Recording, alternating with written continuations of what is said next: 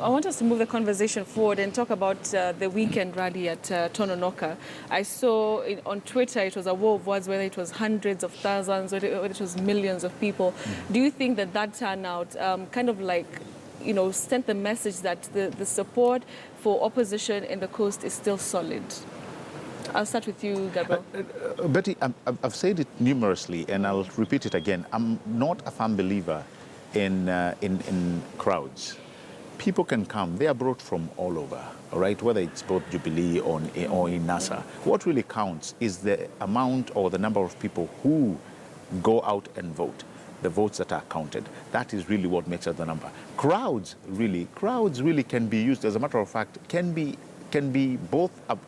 used for both positive influence or negative influence. Like somebody will tell you, look at Mombasa. If, for instance, and this one I'm just giving you a hypothetical scenario. If CORD, to an extension ODM and NASA, were to lose in Mombasa, they cannot settle for that score. Reason being, they will show the world, look at these crowds.